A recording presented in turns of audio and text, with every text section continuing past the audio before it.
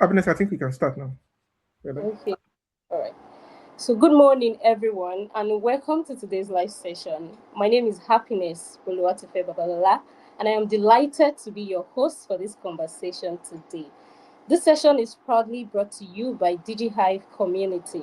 This is a community committed to helping young professionals, entrepreneurs, and emerging leaders to develop relevant skills, build meaningful relationships, and also position ourselves for opportunities in today's rapidly evolving world. So, today we'll be discussing a very important topic, which is beyond borders. How Nigerian professionals can position for global opportunities leveraging artificial intelligence, of course, AI. So, we are delighted and privileged to have with us exceptional speakers to bring on valuable experiences and insight to this conversation. So, I have with me Ayomide Apantako and Samuel Akintunde. I would not like to go personal, I would not like to be personal with the introduction, so I'll let them do the introduction themselves. So, I'd like to have you now, Samuel and Ayomide. You're welcome aboard. So, kindly please introduce yourself to the audience. We'd like to meet you. Samuel, please. Okay, I was thinking that Yomide is going to go first as the boss here. All right. Yeah. Hi, everyone. Thank you so much for having me today. Thanks, Happiness, for that awesome introduction as well. My name is Samuel Akitunde. I am what am I? Sorry. I'm an interaction designer. I'm based in the UK and also an innovation strategist as well. I also have the opportunity to be the community manager of DigiHive Network, which is a community of young professionals doing great things of impact across the nations of the world. I'm super excited about this particular session and I'm looking forward to learning and also sharing from the little that I have learned so far as well in my journey. All right, thank you very much, Samuel. That's awesome. I told you, we are going to have a very good time today. Like, they are good at what they do. So, let's hear from you, Ayomide. Thank you for having me, Happiness. Yeah, my name is Ayomide and I'm a software engineer with a company in the UK. I'm happy to be here and I'm happy to share a bit of my experience using AI and how I see the future of AI positioning for young Nigerians and career professionals. Yeah, I'm happy to be here. All right, thank you very much, Samuel. Thank you, Ayomide. So, without so much ado, we'll just dive into the session straight away. And we have questions for you already, Samuel and Ayomide. I hope you're ready for us. Yeah, thank Yes, you very yeah. much. Yes. Thank you very much. So the first question now that we have here, and we like you to share your insight about is, okay. A lot of Nigerian professionals, so to say, are highly skilled, yet they are still underexposed globally. So, in your opinion, Ayomide, what is the real barrier? Is it the skill gap? Is it the visibility gap, or just a mindset gap?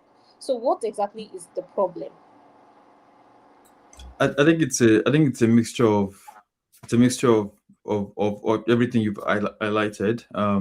There's a visibility gap. A lot of Nigerian professionals don't put themselves out there enough, and that's where LinkedIn presence comes in.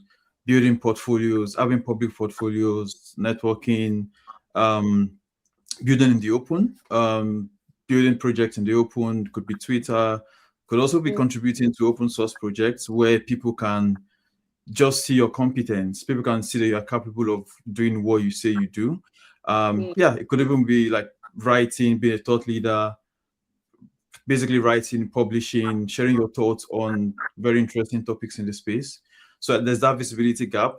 Then there's also I would say, mindset gap to an extent. A lot of people believe, oh, you need to relocate before you compete.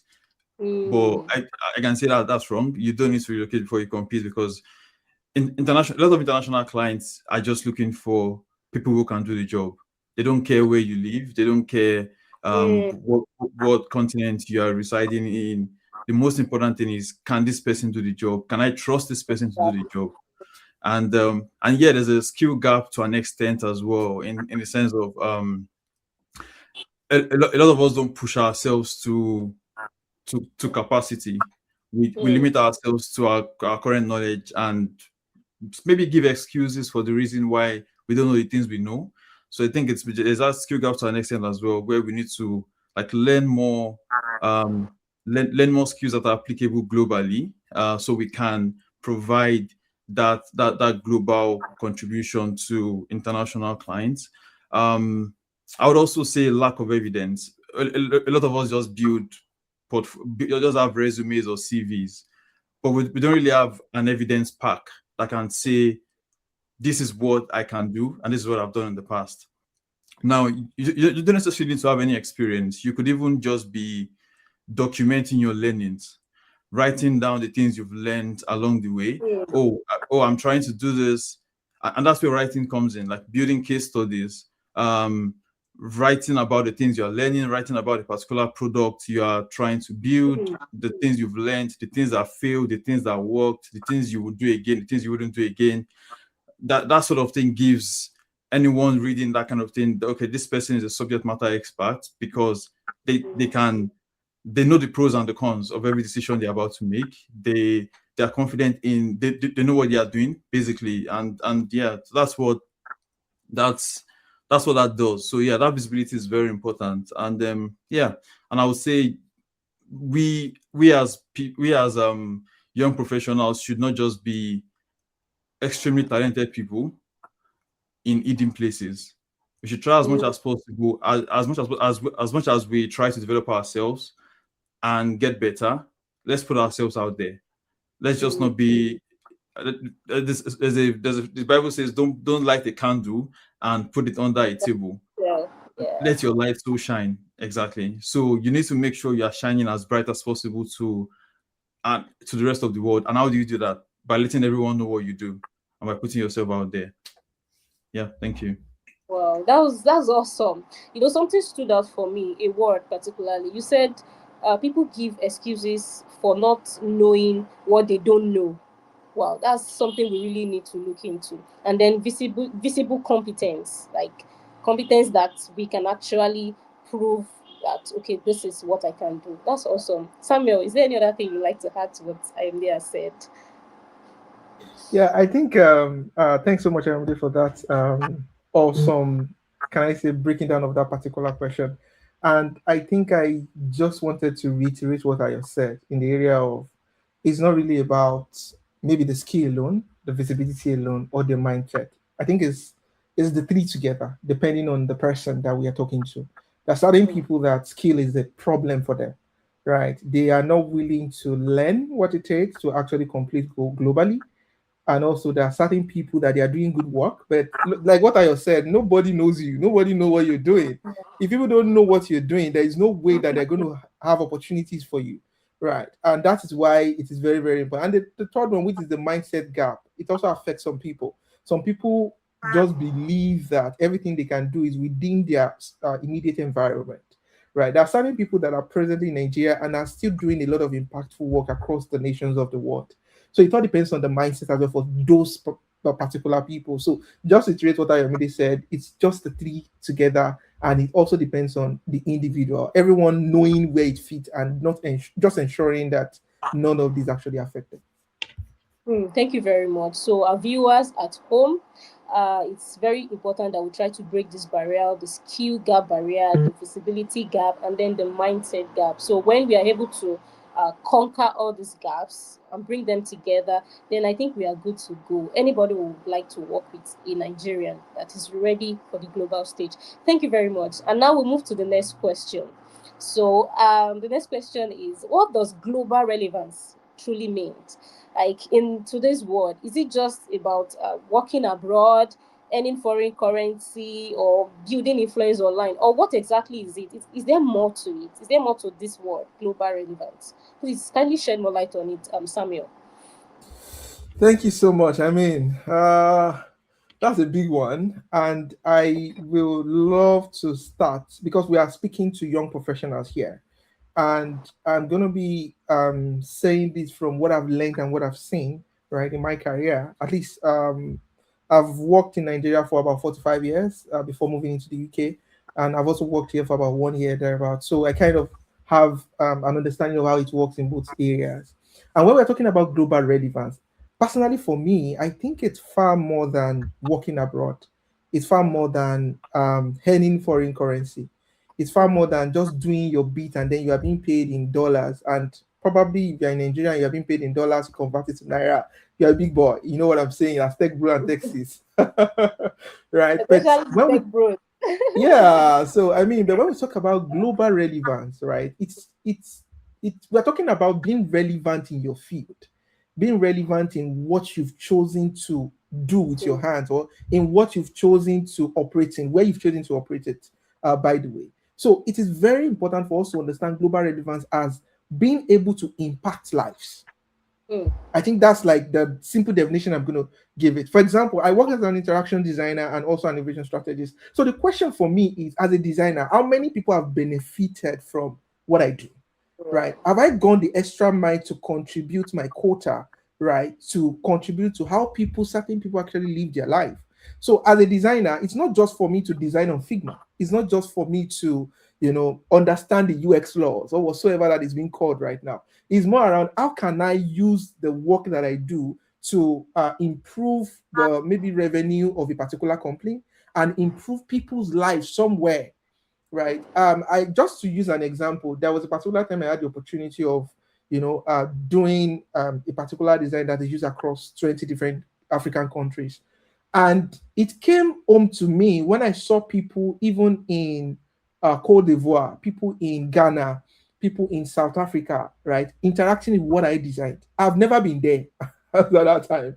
mm. I've never stepped my foot in that particular country, right? But it is far more than that, right, in that particular instance. So to answer the question correctly, right, when we talk about global relevance, it's not about working abroad. It's not about earning foreign currency. It's about making impact that helps Impact. other people, right, live a better life.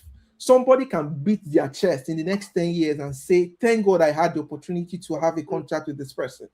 Thank God I yes. have this to achieve this. So at the end of the day, it's more around me asking everyone that is listening to this today that how relevant are you in your present field? Are you just doing your bit to get paid, or are you just doing your bit to get paid in dollars, or to work abroad? Everything you just want to do is just travel out of the country to work. AY is here, right? The truth is, there's really nothing that changed really like that. There are certain things that you still need to have before you can operate in this particular space as well. So I think I will just put it. I'll just stop here for now. Hmm. Thank you very much. So there is more to it. Global relevance. You can actually be relevant anywhere you are.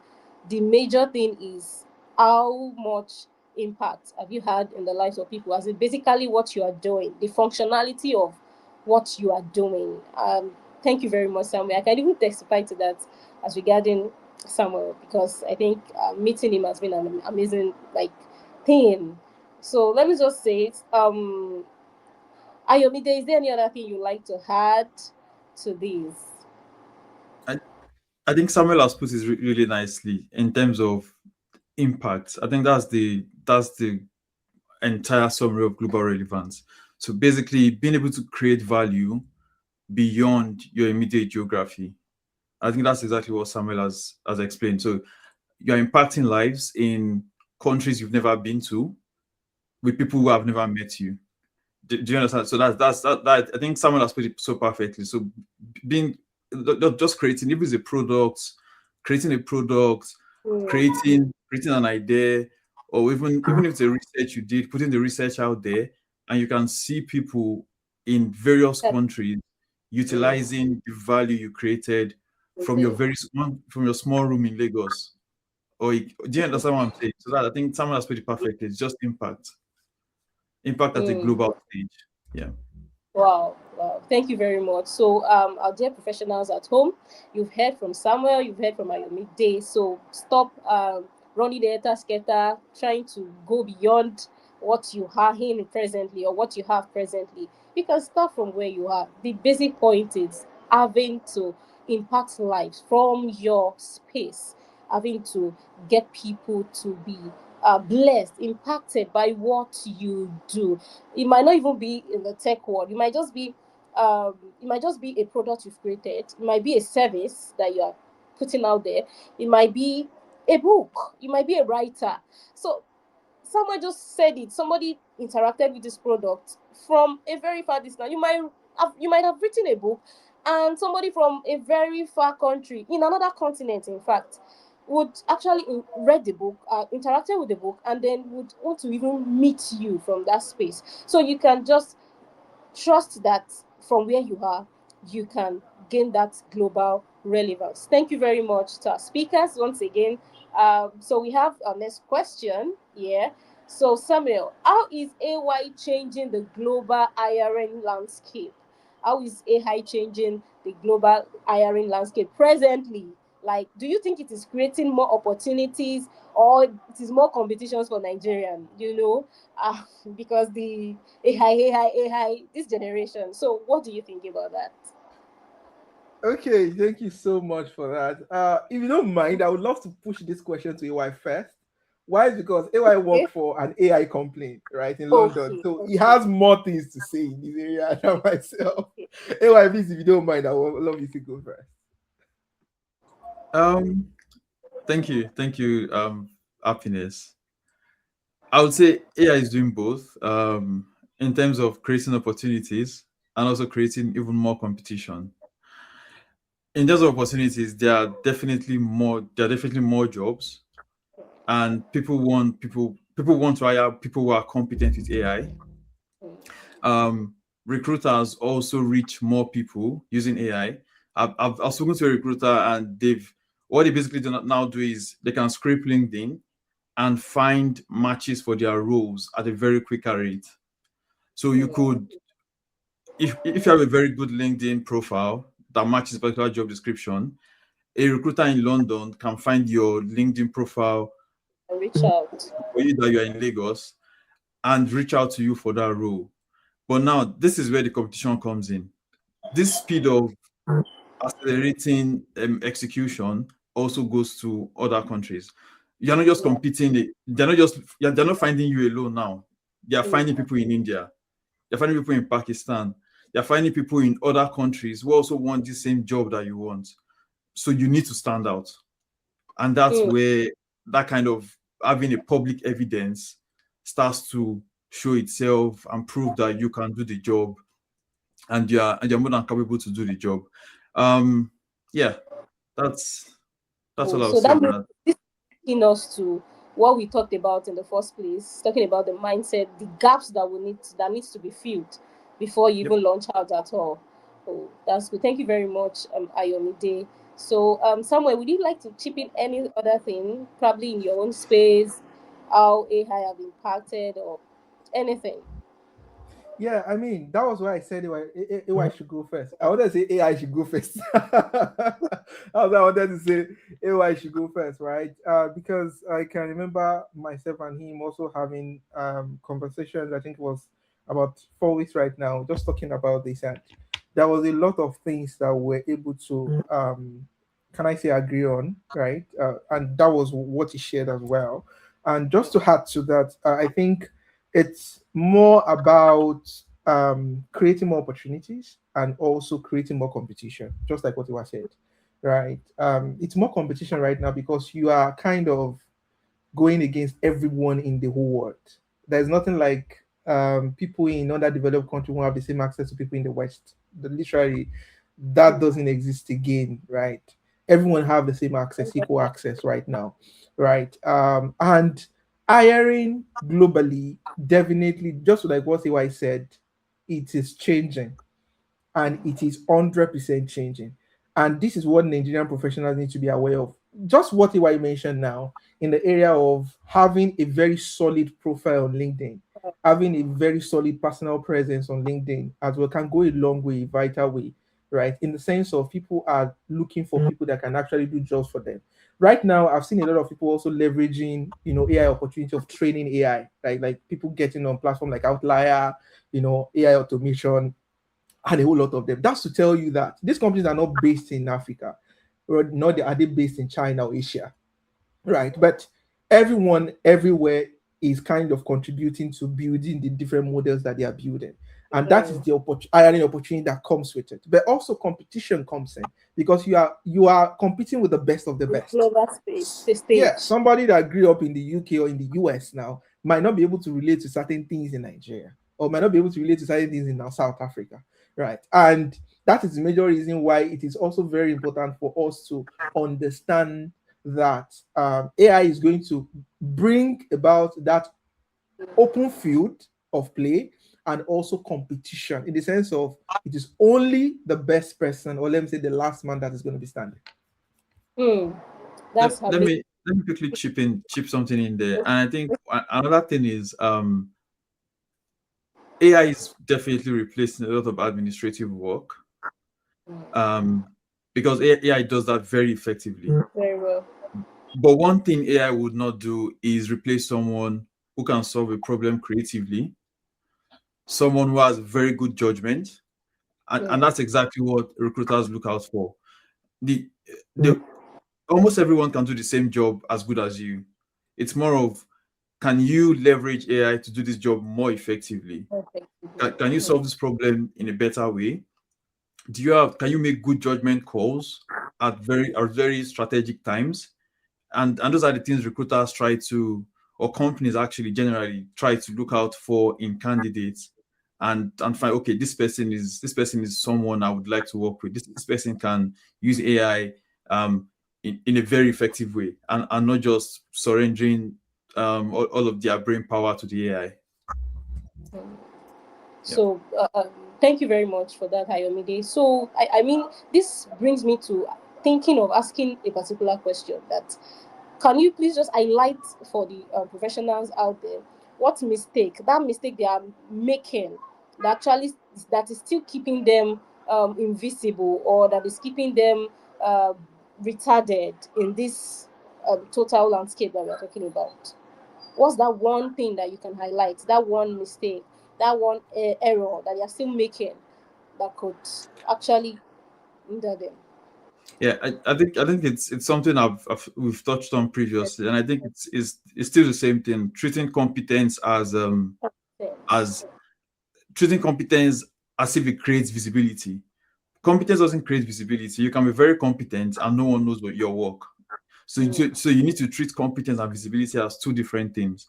As much as we are trying to upskill and get better at the job, or know the job even more, we also need to be intentional about putting ourselves out there, being intentional about like building an evidence portfolio, not just a resume this time around. My resume can say, oh, I optimized a sales pipeline by over 50% and reduced drag. Those are just words. What proves I can actually do the job? Or what proves I actually did that thing? No one knows. But if I have a portfolio, and I probably take that particular line, or I optimize the sales panel, or the sales pipeline rather, and I write an article on how I optimize the sales pipeline, the processes I took, the things I learned. Anyone who wants to hire can look at that resume and see my portfolio link on my CV, click on the link, and see the way I optimize those things I optimize, and they'll be like, oh, this person actually knows what they are doing. This person actually did this work. It's not just numbers, or trying to beat ATS, or trying to optimize CV for performance and all of those things. They know that this person actually knows what they are doing. And it's even easier now to even create this kind of articles and content with AI. All you have to do is create a very rough draft of your thought process, and AI can polish it for you in a very nice way. So it's even easier to create content, it's easier to publish articles, it's easier to be a thought leader. If it's like in the last 2 years, almost every single person is a thought leader on Instagram now, on Yeah. LinkedIn now. Every single person is a thought leader on LinkedIn. Everybody is writing thought pieces everywhere. That's what AI does. So AI has basically accelerated that process of being able to create thoughts. Like, just put yourself, you should be able to put yourself out there even more with AI now. Oh, thank you very much, IMD. So now you're saying we need to leave the realm of just words on paper to showing workings.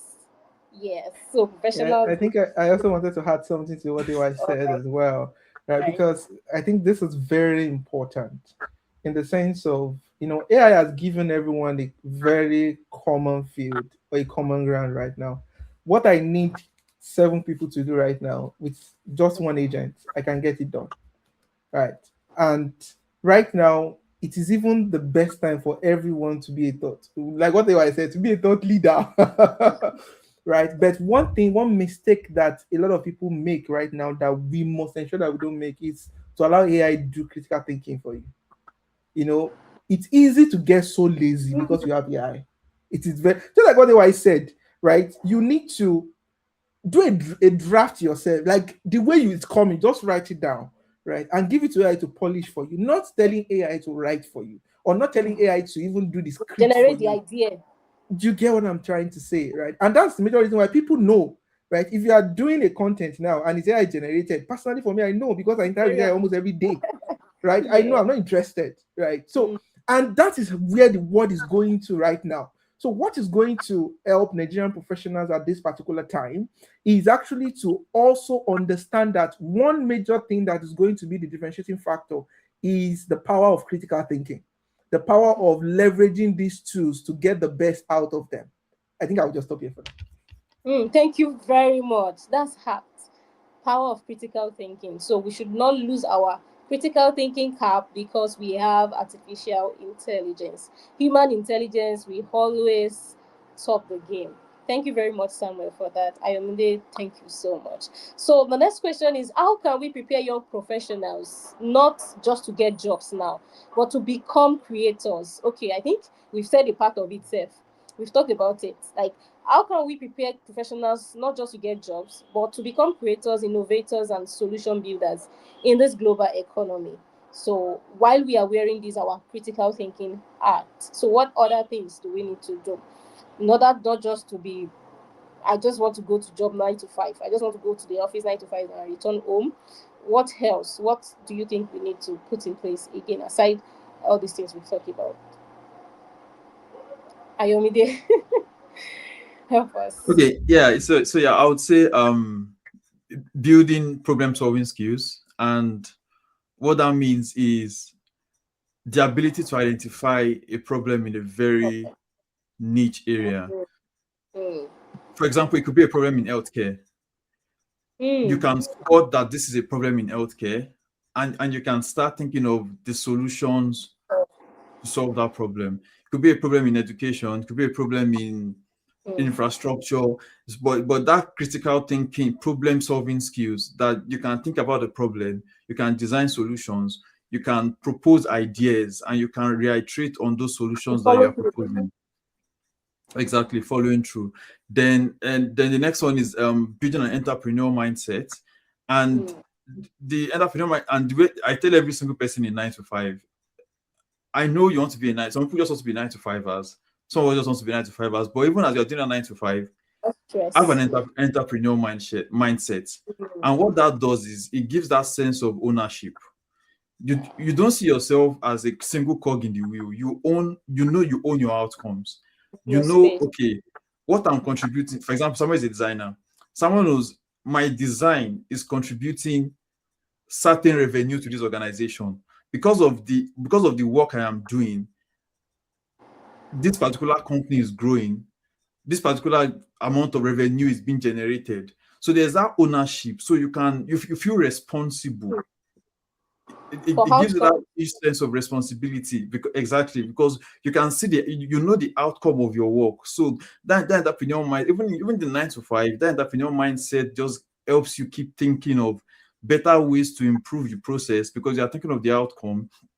The job might not even be the area might not even be your field, but you can even propose to maybe the CEO or your manager and say, "Oh, why don't we try this? Why don't we try this?" You're starting to think outside the box. You are thinking beyond your job, and that's generally what people appreciate, or CEOs and entrepreneurs appreciate. Someone who thinks beyond their job, someone who prefers solutions beyond what they are getting paid for.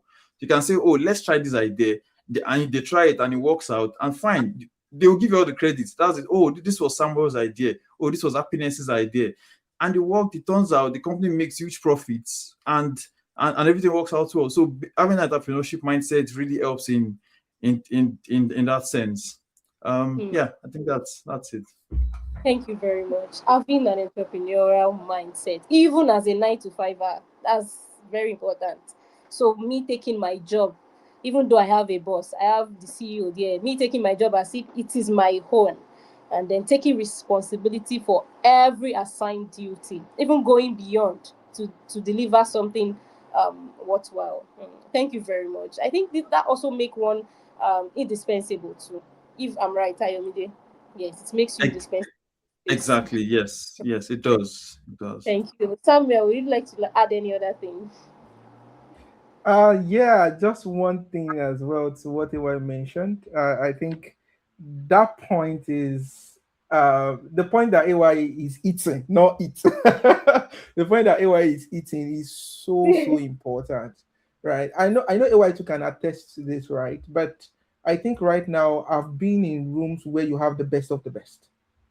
Hmm. I've been in room where you are sitting with people that you know that have 20 years experience, 30 years experience. You've That seen what make they've you done first. from from different countries of the world, right?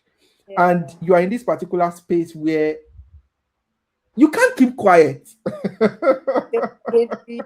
It might not make sense to like you can't keep Yeah. quiet. So Hmm. when I'm having conversation with people and I hear something like I'm very reserved and a whole lot of other things, and it's fine to be reserved. I don't have any issue with, but at work Some you issues. can afford it. We're Yeah. talking about AI coming in to, do a lot of things, bringing in competitiveness and also the openness as well. Now, some people are going to lose their job. That's just the truth, and more jobs will be created as well. But right now, I can tell you categorically that it is not a must for anybody to go to a university before you learn right now with what we have in our hands. There's Definitely. nothing literally that ChatGPT I cannot won't tell learn you. from the corner of your room.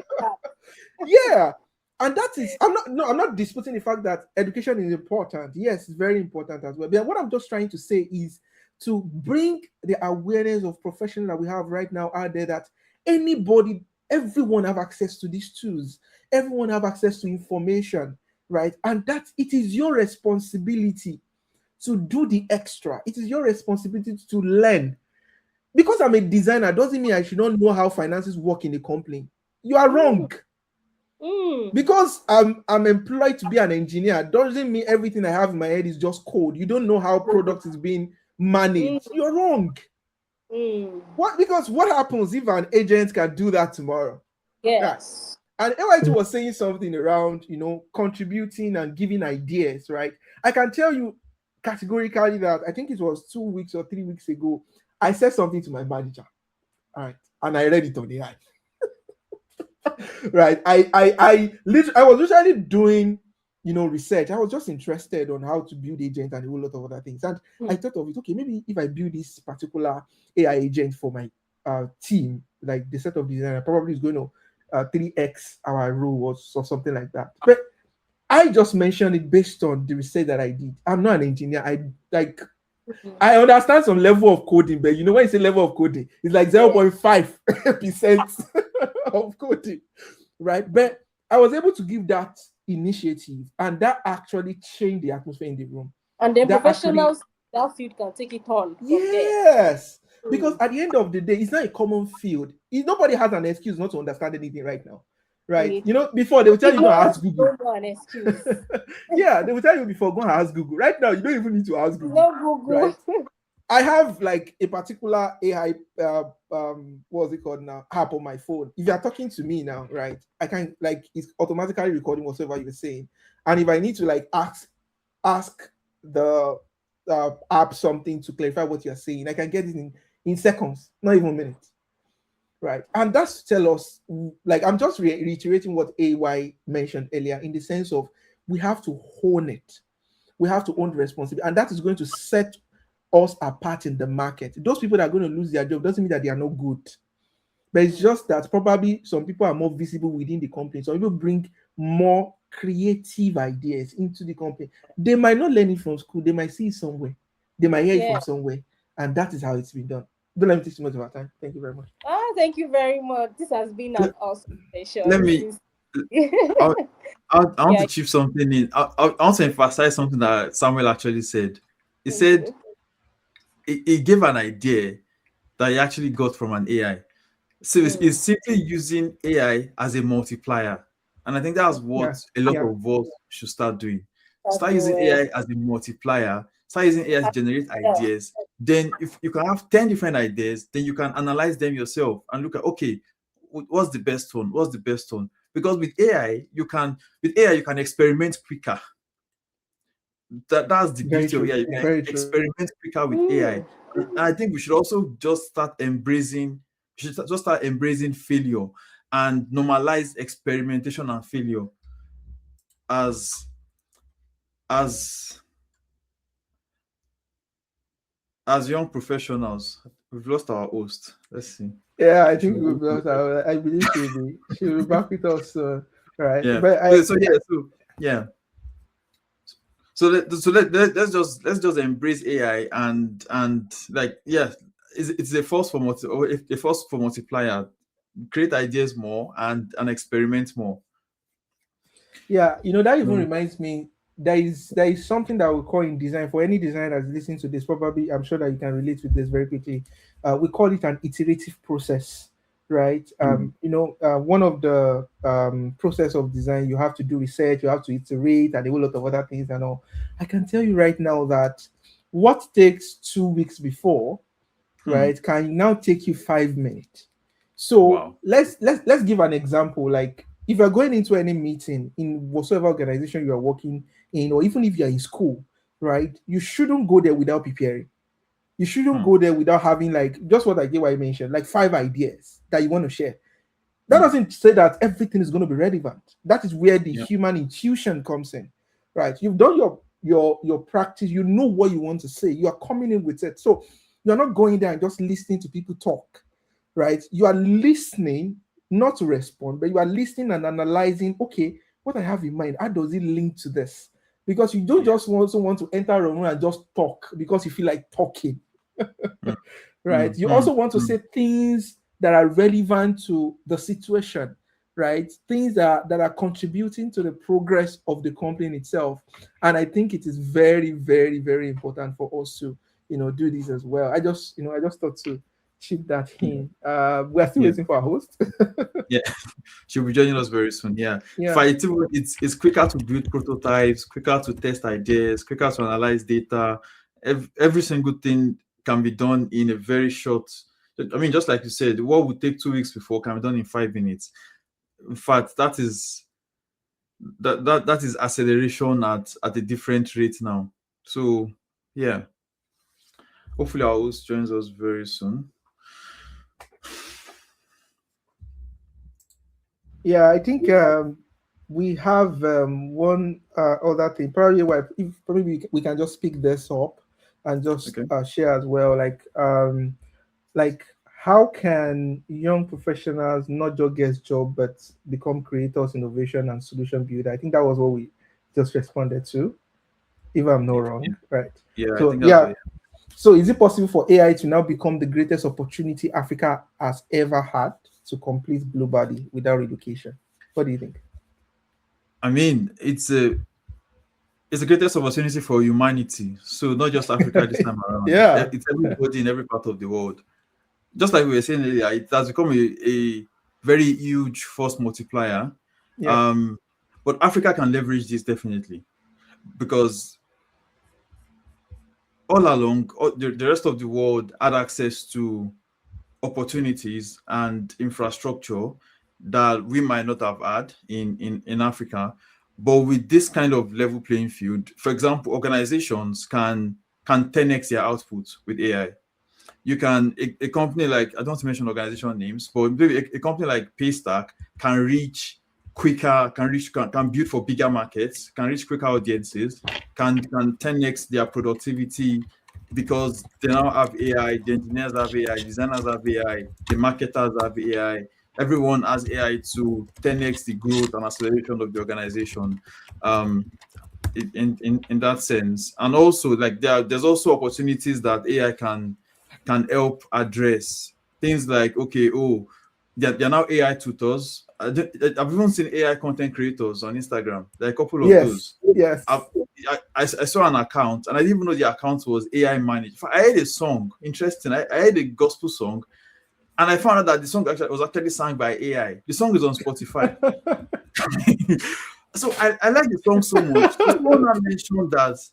So I think I like the song. So I was now asking that, and I googled the person. That, who is this artist? So is she a new artist? Someone now told me that no, the account is AI. I was not like, eh?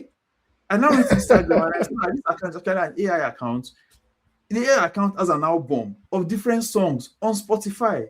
Mhm. Do you understand? So these are the kind of opportunities that are opening up across. Like someone can literally write. In fact, you can tell AI to write a song, modify the song, get AI to sing the song and record the song, Yeah, add the beat, yeah, add everything. So yeah, it's a force multiplier in many ways. And yeah, so you can now have AI tutors, you can have teachers, you can have AI platforms that are teaching, that are educating. Even in healthcare, you can have AI assisted diagnostics and so many of these and so many other areas that yeah. AI can be leveraged to improve basically, to improve lives in Africa and Nigeria.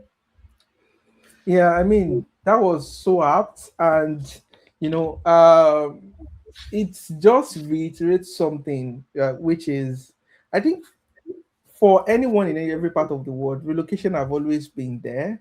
And also, I think we have seen a lot of people doing greater things before relocating or even Yep. still back in their home country. Right. And it is important for us not to attach um, relocation to that is when you can make impact or make global relevance, just like we mentioned earlier.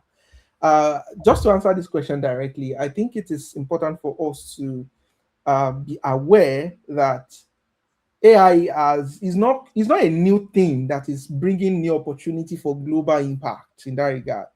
It's just what we've always had, but now it's being multiplied. Yeah. Just like what AY mentioned, like you can literally use it to do anything. And it's not to scare anybody, it's not for us to be scared about it, but it's just for us to start thinking critically about how best we want to leverage this, right? And it is also important to mention something here that for everyone hearing us right now, saying this right now, the question that I have for you is how much do you know about the impact of AI on your job or on the work you do? I think it's very important for us to be self-aware, right? I am personally, for me, I am self-aware to the point that, if anything is changing in design and probably human designers are not needed today or tomorrow, and that doesn't mean that there won't be work. That doesn't mean that people won't still have things to do as work, but it's just going to be that work is going to define in a new term, right? So does that mean that I have to stick to just being a designer, or I have to stick to just wanting to only understand design and nothing else? No. And that is why I now position myself in a way that I even want to understand more of other things that is happening within the tech ecosystem, right? For example, do you even ask yourself, how exactly does this LLM works? Like what are they called? How were they built in that particular regard? And how is this going to impact your work in the sense of we can now make use and make do of this information that we have to actually supercharge whatsoever that we are doing, right? Which is quite important for anyone in any part of the world, not only in Africa, but every part of the world. Ewa, I don't know if you have anything to add to that before we move to the next question as well. Yes, definitely. I think you've put it perfectly. We need to be as curious as much as possible. We need to be even more curious than ever. How is because the way of work is changing, the way we used to do things are changing. You need to question yourself, ask yourself questions every day. How is this impacting my work? What is changing? And what do I need to do? I read a book that I would recommend anyone reads. I read the book about 10 years ago. It is a very old book, and the book was titled Who Moved My Cheese? And Hmm. the summary of the book was there were there was cheese in a particular location, and there were a couple of rats. So now every time someone moves the cheese from a different location to a new location, Some rats stay in that old location, and they are crying and complaining. Oh, who moved the cheese? Someone moved the cheese. What do I do? We are going to starve to death. But while some rats are complaining, the other rats have moved on. They've moved to the new location.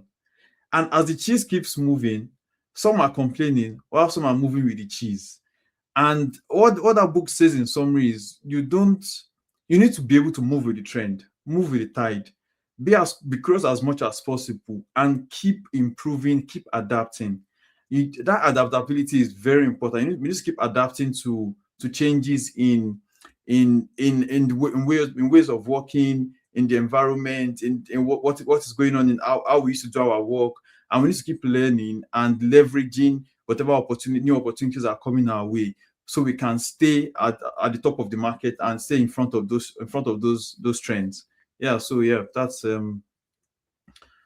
Very important. that, Also, to our viewers back home, if you have any question, please you can drop it in the comment section. We're going to picking that up as well during the course of this conversation.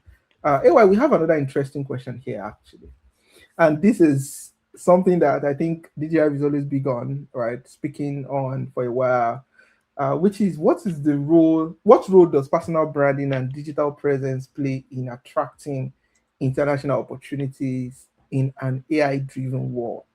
Now, we say that everybody can write on LinkedIn, everybody can do videos, everybody can do this, right? So, what role does personal branding and digital presence now play in attracting international opportunities in an AI driven world? What do you think?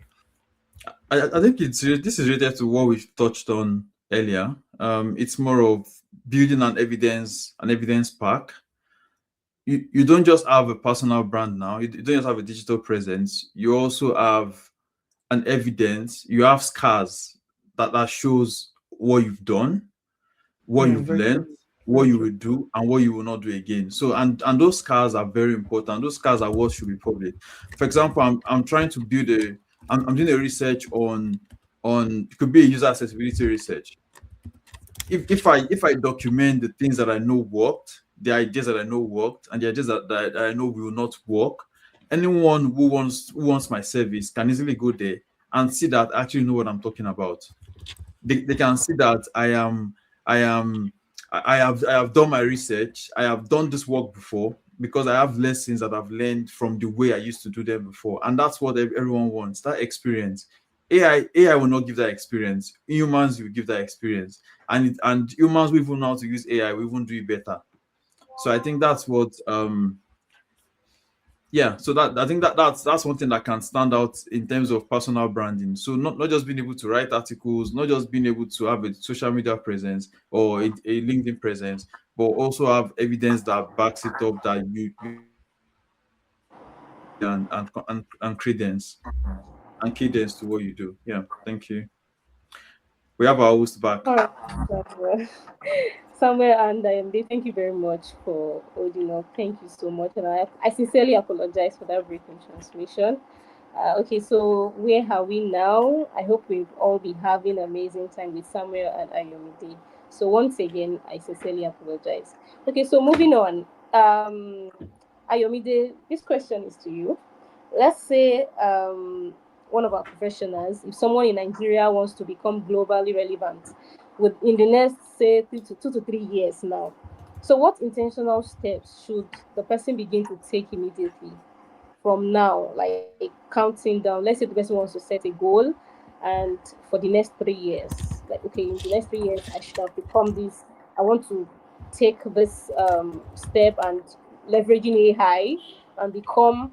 You can even use a case study, like for us to be able to get um, this particular practical sense, in a practical sense, for us to be able to get it in a practical sense. Thank you.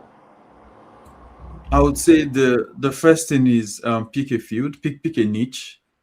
The first thing you can do is pick a niche that you want to be globally relevant in. It could be digital marketing, could be um, education coupled with technology, it could be software engineering.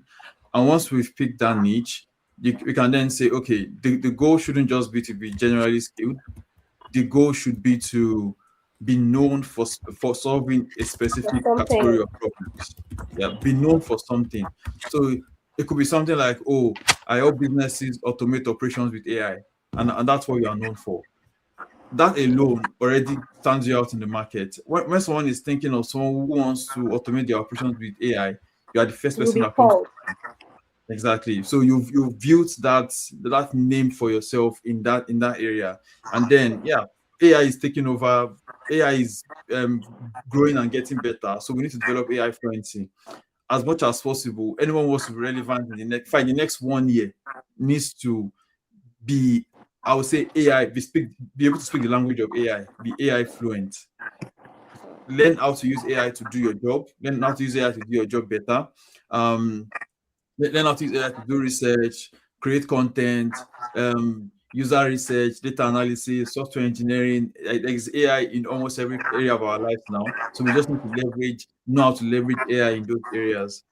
Um, then yeah, build proof of competence. Basically, what I've spoken about before. You need to have that proof of competence. Have that evidence that people can say, okay, you know what you are doing. And the most important thing is, don't wait till you need your network before building them. Build your network even before you need those networks. Connect to people Intentional. on LinkedIn. Exactly. Be intentional about it. Join international communities. Join virtual conferences. Could be a conference could be happening in Netherlands, and there's a virtual link that you can join. Connect with people, share your learnings on LinkedIn. Let people connect. Interestingly, I actually know someone who, the guy was an Anthropic now, and he said the only reason he got to join is he Anthropic? No, it's OpenAI. He works with OpenAI, and the way he joined OpenAI was someone in OpenAI reached out to him by reading an article he wrote online. Hmm. Interesting. He didn't even apply to the job. Someone just read an article that I wrote online and said, I like the way this guy is thinking. I think I have more insights. I think we can bounce ideas And off work on what this guy together. is doing. And they reached out to this person, and this person joined OpenAI just like that. Didn't apply for the job. He basically Wow. had an article he published online. They found it and reached out to him. So that's Just the, to that's the put them power of there. that's the power of putting yourself out there. That's the power of people knowing you can do what you say you can do. Hmm. Yeah, Okay, I thank you think very I think much, Ayolide. yeah. I think you've been able to put practical sense like to what we are really talking about. So putting yourself out there, start from getting a niche, reaching down, get to what do I want to do. Start with getting clarity for your direction, like getting a direction. Where am I headed? Then now start what with the process, building this process. So, somewhere, is there anything you'd like to add to that for this particular person? Yeah, just to add to what I said, right? Leverage the internet fully. That's very Yeah. important. Join communities that also support your growth, Like DigiHive. especially like DigiHive network, right? Yeah. Especially, community that talks about things that you have people of like minds that, for Minds, example, yeah. right? Myself and AY, we've been friends for a while, right? And there are times that we just jump on phone and just talk about what is happening in our space. You need to have people like that within your network, right? You need to know how it's working and what exactly are people talking about. It is Oh, very yeah. important. So now it is an offense for you to say, I just want to be on my own.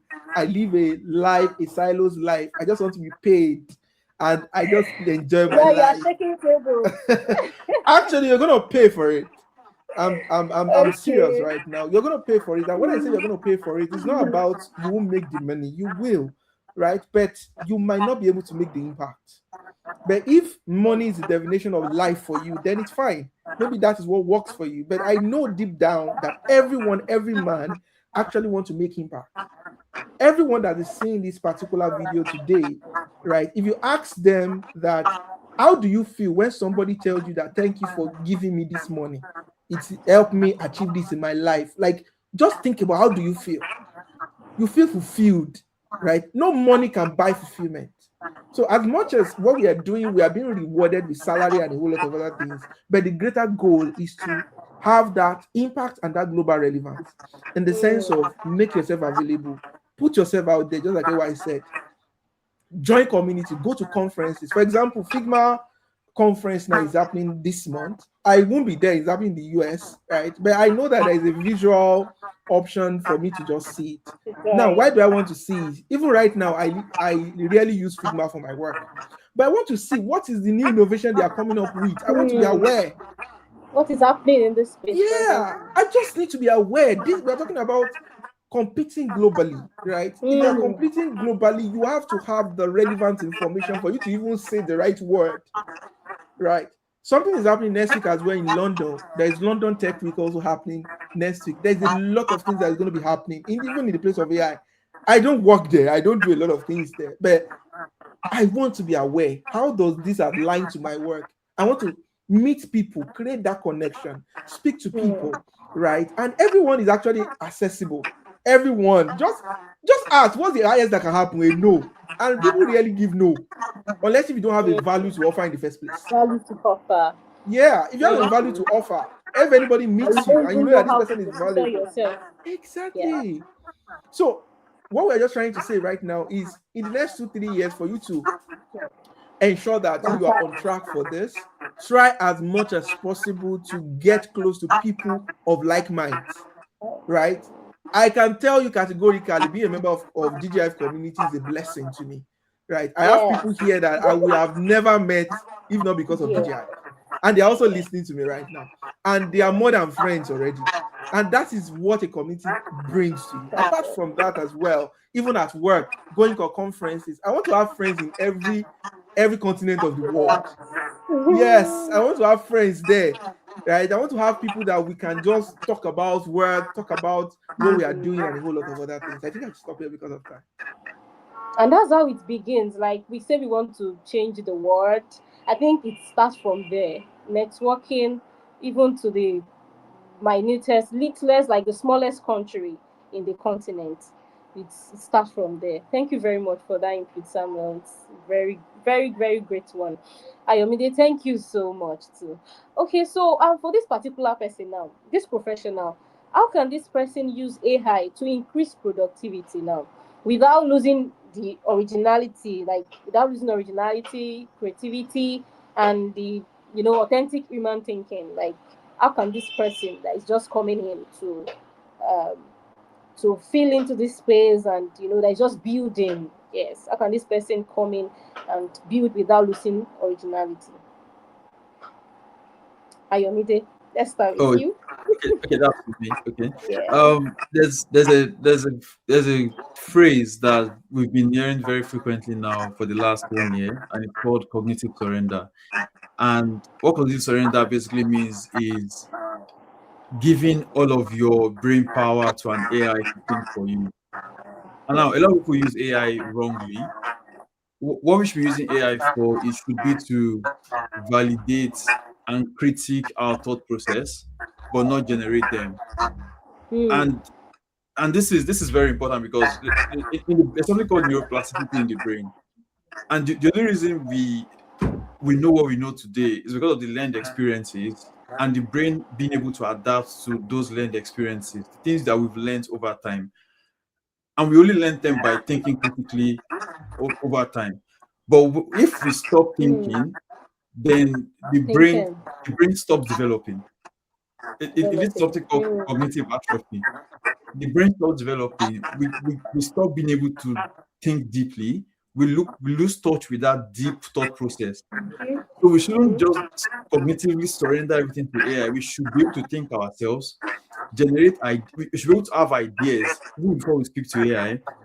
So when we are now speaking to AI, what AI should basically be doing is validating ideas. I do find some things in my work a lot where I want to do something. I basically give the idea to AI and I ask it, do you think this is stupid? And sometimes it tells me, oh, there are other ways to do this. Don't do it this way. Oh, this can be improved in this way. But I will not just let AI say, oh, think for me. What should I do? No, that is exactly what is called cognitive surrender. Letting AI think for you. So we should be critiquing our ideas, but not surrendering them to AI to think for us in that sense. And then, so I think someone mentioned this earlier. Generate a couple of ideas with AI and pick one yourself. but don't let AI choose the best for you. Now, for example, I'm trying to build a business in healthcare in Lagos. I don't I don't know what the immediate problems are right now, but I know a platform that has aggregated all the problems. I can give it to an agent. Give me the best ideas to solve this problem. Give me 10 ideas to solve this problem. I won't say choose one idea for me. Or what's the idea for? Give me 10 ideas. Sure. I will now use my own mental power and brain to To analyze work those on 10 them. ideas. Mm-hmm. Exactly. What works best? What doesn't work? AI doesn't have a 3D view of the world, but we have a 3D view of the world. We can see what will work and what will not work. AI doesn't know that. AI doesn't know what will not work for some of these things, especially in terms of even infrastructure and other like 3D views of the world that we have. So we need to be able to leverage our own critical thinking to still make those decisions and not let AI make those decisions on our behalf. Yeah, I think that's a summary.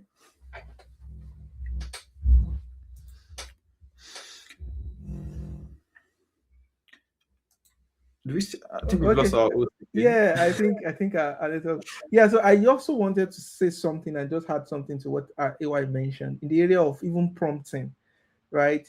The way you even prompt AI sometimes kind of like, okay, let me just put it this way. Just like what AY mentioned, right? I want to ask everyone that is kind of maybe seeing this, or yeah, we are looking at this right now, watching this right now, right? One thing is, if you've noticed, you will have never prompt AI, and AI will automatically just give you a negative response, like tell you that something is not possible. Just telling AI right now that you want to travel to the moon by entering bus, it will never tell you it is not possible. And that is to tell us something, right? That you can't bank on everything that AI gives you. There has to be the ethical way of even using AI in the area of prompting. And one thing that I think I was in a session the other day, and one thing that was said as well is you should be responsible as well for the result of AI. For example, if I use AI to deliver something for my manager, if it is wrong, I will have to I will have to own up to it. AI is not human. That is my job to have done my own due diligence. For example, some people, AI just give you data and then you just pick that data and that's it. No, without fact checking. There are times that if care is not taken, even business decision can be wrong. Why? It's because that is how the program is being done. It's a programming, it's a program, and we need to understand that. So the way we prompt it as well, it is very important for us to ensure that sometimes, just like I said, challenge your own idea. Oh, I'm thinking of this. What do you think? Like, just give AI. I know this idea is not good or is stupid. What do you think about this?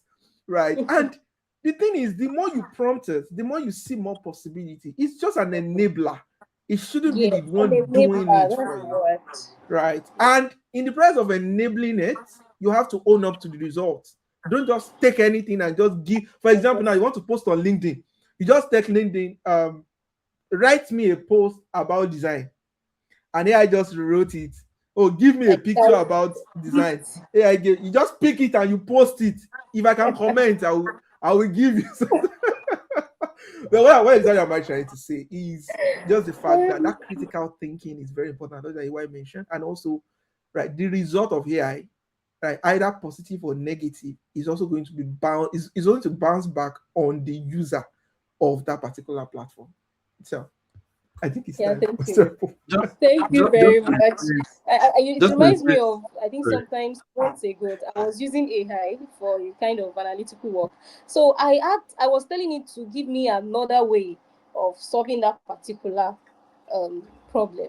Then he's not getting what I've already gotten with the right way. And I was questioning it. And I said, AI was telling me, oh, sorry, that must be a mistake on my part. Oh, I was just like, really? So it's just saying that we should lead AI and not allow AI to lead us. So it can be Yep. very, very useful tool for us. As like Samuel said, I love that word, an enabler. In fact, it's just a perfect word. We should allow ourselves to lead AI and not AI leading us. Thank you very much, Samuel Ayomide. So lastly, would like to have this on these particular professionals too. Like, let's say in 10 years' time from now,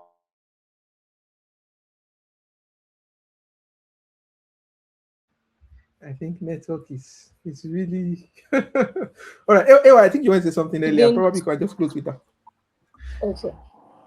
Okay, so what should young Nigerians start doing now to become these professionals that will be rewarded in the coming years? We can see this evolution that is going with artificial intelligence. Like in years to come, everything is going to be more rapid and spontaneous than it is now. So, what should we start doing now as young professionals to be able to meet up eventually, like to be these professionals that will be rewarded in our spaces?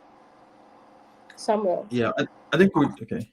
Yeah, we lost you for a bit there, but I think we got the question. Yeah. Okay. Okay. Would you like me to take the question again? No, I think I should just pick it up. Actually, yes. Okay. Okay. So I think so if I got the question correctly, looking 10 years from now, what professionals Yeah. will the world reward? Right? Is that the question? Yes. What kind of professional would the world reward, and how Yeah. can we, start working towards being that professional? Okay. Yeah, I think the kind of people the world will reward in 5, 10 years are people who can um augment their problem solving skills with AI, solve problems better using AI. Because obviously many tasks will become easier, many tasks will become quicker to solve. So the real value will then shift from what are we solving to what's the best way to solve it. We don't want Love to it. solve problems the same way we solved it in the past, because we've learned that solving this problem this way in the past had several consequences. So now that experience now starts to compound. You start looking for the best way to solve a problem, and I think these are the kind of people that the future will reward in 5, 10 years. I think another thing is people who can combine domain expertise with critical thinking and Critical AI proficiency. thinking. I'll put it in that Efficient. sense.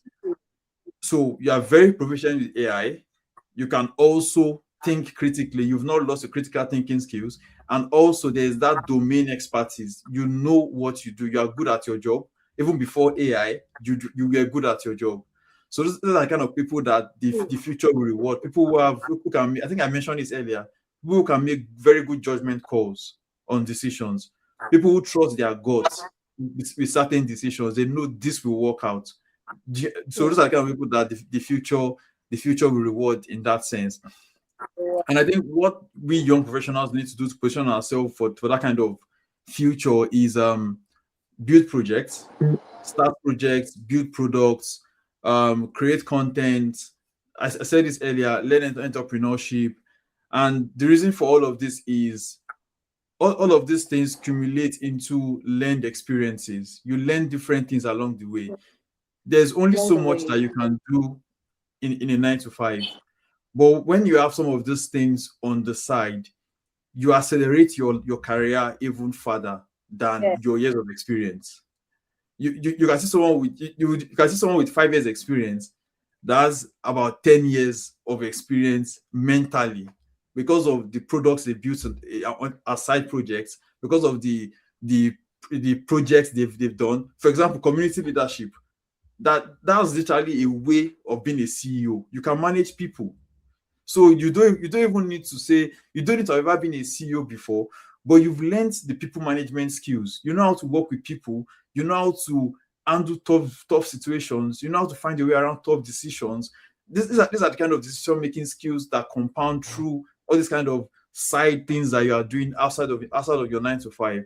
So I think as young people, we need to engage in those things even further, like build side projects, engage in communities, do one or two things on the side that you can learn from, that can influence, that can impact your career even positively. Then be a trusted expert. I think I said this before. Document what you are learning, Okay. put it out there. Let people be able to trust that you know what you are talking about and you can do the job. And I think the most important one, be an exceptional communicator. know how to communicate. AI cannot communicate for you. AI can do everything, but AI will not present the slides for you. AI will not present to the board for you. AI will not stand in front of customers to convince customers for you. So you need to learn the communication skills. All of that comes back to you as the user.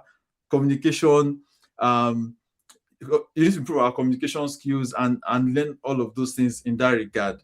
Then I think I already touched on this earlier, being able to make good judgment calls, and that comes from experience. You know what will work, you know what will not work, you know what has worked in the past that had certain consequences. And yeah, those are the ways that um young professionals and Nigerians can position themselves for this new era of AI in that sense. Okay, Samuel, what would you like to say to that? I think I kind of said everything, right? Critical thinking, just like you I mentioned, right? Ability to make sound judgment. I think Mm. that's just it. Nothing else. Thank you very much. And I think that one thing AI will not do, one thing AI cannot do is that communication that they mentioned, and then networking. Very important. Even if AI is able to polish the ideas and do every other thing, the networking part and the visibility, the communication is very, very crucial. Thank you very much. And personally, this has been on my mind, and I would just like us to shed more light to it before we wrap this up, please. So we might have a parent that is watching us presently. What would you like to say to such parents? Probably they have toddlers, they have teenagers, they are grooming presently. What direction do you think is important that they start channeling these young ones to, so they can be relevant to the global landscape even in years to come? Okay, I think I so should I take that or AY is taking that? yes, yes, yes, yes. Okay, yeah. So I mean, thank you very much. I will start by using can I say a cousin of mine that I had the Yeah. opportunity to speak to in December, and he was telling me, as his big uncle, the game he was able to build by coding. And I was like, oh my God. I'm talking about somebody in probably primary five. I'm not talking about somebody in secondary school in that same Nigeria. Right. But one thing that I want to bring out, for any probably our parents and how to position themselves is what the parent did, right? The intentionality behind what the parents are doing, right? The parents are actually like Hmm. they intentionally place those children, and even Those at some places. point got a tutor for them to train them on how to start understanding this thing, right? I was speaking to the father, and the father was telling me that he might be anything in the world, anything that he wants to become. But the fact that he can do that at that level, Those things ha, as a at that skill. level, someone like me, Yeah. I was still playing around in the area. You get, so this is just to encourage, our parents or everyone out there, right? That let us try as much as possible to give these children the opportunity, even the teenagers, right? Let's give them the opportunities to learn. They just need to be aware. We're not saying expose them fully to it that they now forget reading. For example, now they are now using it in the wrong way, because you can also use AI the wrong way as well, right? But just for them being aware at their level, right? In the sense, there are schools that when you check their curriculum, you will see it already infused into their curriculum. Those are schools to actually go for. You don't necessarily need to tell them to, because also don't let us forget that they are children and they need to be protected. They really Mm. don't know right from left at this time. Even teenagers, they don't know right or left, right? They consume a lot of things, and that is where it's also our duty as parents, also as maybe guardians, to do that. But as little as looking for schools that help them understand that there's something called coding, there's something called Yeah. LLM, there's something called Yeah. this. Just a foundational thing. Then when they are grown, when they can make decisions, they can say, I'm interested in this. I want to go for this. Yes. I think that's what I'm going to say. Mm. Thank you so much. That's amazing. Thank you. Thank you so much. Ayomide, would you like to say a word on that? Like, would you have to chip in something? I think Samuel touched on a very important point, exposing them very early, and it reminded me of something. It reminded me, I was reading a book, and the book said Tiger Woods' father actually started taking him to the golf track at the age of 3. Now, Mm, Tiger Woods he started developing the passion for golf at the age of 3, and it became one of the legendary golfers that we know today in the right. world. So expose them early to that kind to AI, especially early to, for example, someone mentioned his cousin coding at the age of 7. He has already built his own game. So expose them early, let them know what is possible with these things. Let them leverage their learning, let them learn quicker, let them learn better, because children actually have the ability to absorb a lot of knowledge. So giving them this power helps them learn things quicker. And as we are doing that, like someone mentioned, guide them. Be careful of what they are consuming. Don't just give them everything. Don't let them have access to everything, good and bad knowledge. So we also need to be intentional about guiding them, but just make sure they learn and expose them so they can learn as much as possible at a very young age and develop that passion for what they really want. All right, I think we are Okay. already beyond time, so we'll just Yeah. wrap up. Yes, thank you so much, everyone that have joined. I think our host had some network glitches as well, but thank you so much for joining. We hope that you've actually found this very useful today. Thank you so much, AY, for accepting this. Thank you so much, Samuel, for accepting this as well. I'm thanking myself on behalf of the host. So thank you so much. And we're going to be having another session next year. This is organized by the DigiHive community, community of young professionals, big on social impact. We are scattered around the world. If you want to be part of us, you can go to our website at digihivenetwork.com and then you can indicate your interest. Thank you so much once again. And AY, I say AI, AY, thank you so much as well for the awesome session. I think basically that's it. Thank you for having me. Thank you, everyone. Thank you for listening. And I hope we've been able to share tidbits of knowledge. Yeah, thank you, everyone.